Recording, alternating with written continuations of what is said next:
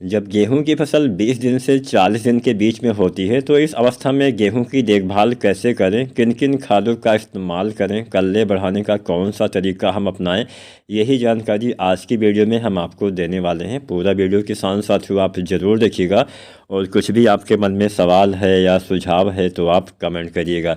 तो चलिए ज़्यादा समय नहीं लेते हैं, वीडियो स्टार्ट करते हैं। किसान साथियों, कमेंट के माध्यम से आप हमें यह जानकारी दीजिए कि आपके गेहूं की बुआई के बाद अभी गेहूं की फसल कितने दिन की हो गई है, ताकि हम उसी हिसाब से वीडियो बना सकें।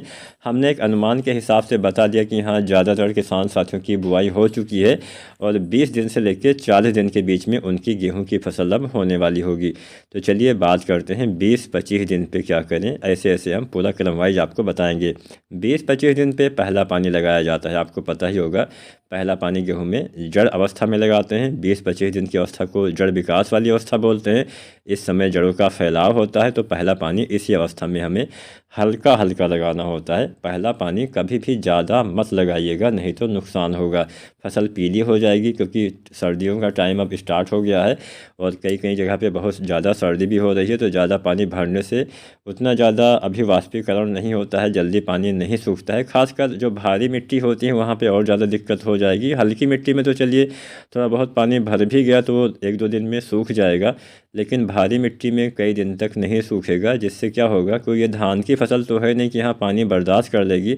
ज़्यादा पानी गेहूं कभी भी किसी भी अवस्था में बर्दाश्त नहीं कर पाएगा। फसल में पीलापन आ जाएगा, जो कम उत्पादन होने का प्रमुख कारण हो सकता है। इस बात का ध्यान दीजिएगा। तो पहला पानी हल्का हल्का 20-25 दिन पे लगाइए और उसके बाद कुछ खादों का इस्तेमाल करिए। तो पहली खाद आपको लेना है यूरिया, लगभग 40-45 किलो के हिसाब से पर एकड़ के हिसाब से यूरिया लीजिए। यूरिया के साथ कुछ दूसरी खादों का इस्तेमाल करिए, जैसे जिंक वगैरह डालिए। जिंक अगर आप मिट्टी में इस्तेमाल करते हैं तो 33% वाली जो जिंक सल्फेट आती है, जिसका इस्तेमाल सबसे ज़्यादा किया जाता है, लगभग 5 किलो से लेके और 7 किलो तक इसका इस्तेमाल किया जाता है। ये भी आप डाल सकते हैं, या फिर कोई दूसरी जिंक अगर आप 21% वाली जिंक सल्फेट का इस्तेमाल करना चाहते हैं तो 8 किलो से लेकर 10 किलो तक इसका भी इस्तेमाल कर सकते हैं। कोई भी जिंक लीजिए, साथ में यूरिया लीजिए। अब इस यूरिया और जिंक के साथ आप मिलाइए ह्यूमिक एसिड, बहुत ही बेहतर काम करता है। ह्यूमिक एसिड जो 98% वाला आता है, जिसमें फ्लोरिक एसिड भी होता है, इसका इस्तेमाल करने से बेस्ट रिजल्ट आपको मिलेगा। कल्ले ज़्यादा मिलेंगे, जड़ों का विकास बहुत अच्छे से होने वाला है। तो 1 किलो के आसपास 98% वाला जो ह्यूमिक एसिड आता है उसका इस्तेमाल करना होता है। तो 1 किलो आप ह्यूमिक एसिड लीजिए, जिंक लीजिए और यूरिया लीजिए।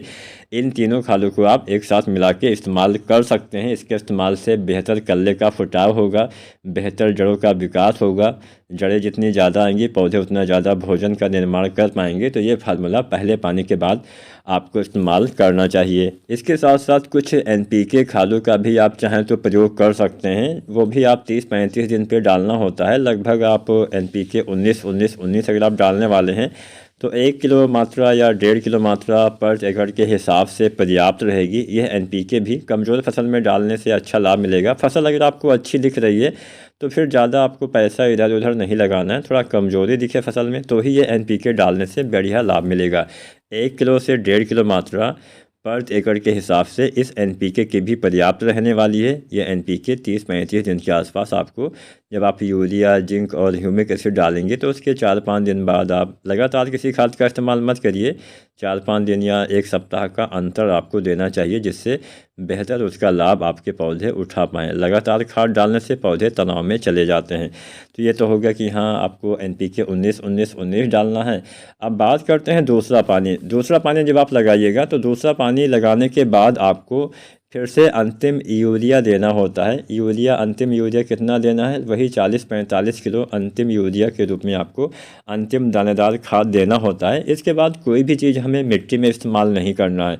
अगर आप कोई ग्रोथ प्रमोटर डालना चाहते हैं तो वो भी पहले पानी के बाद ही आपको डालना बेस्ट रहेगा। जैसे कोई स्प्रे करना चाहते हैं, सागरिका वगैरह अगर आप स्प्रे करना चाहते हैं तो सागरिका जो लिक्विड वाली आती है 250 ml से लेके 300 ml 400 ml तक आप डाल सकते हैं, या 2.5 ml से लेके 5 ml प्रति लीटर पानी के हिसाब से डाला जाता है। सागरिका डालने से भी बेहतर फ़ायदा मिलता है।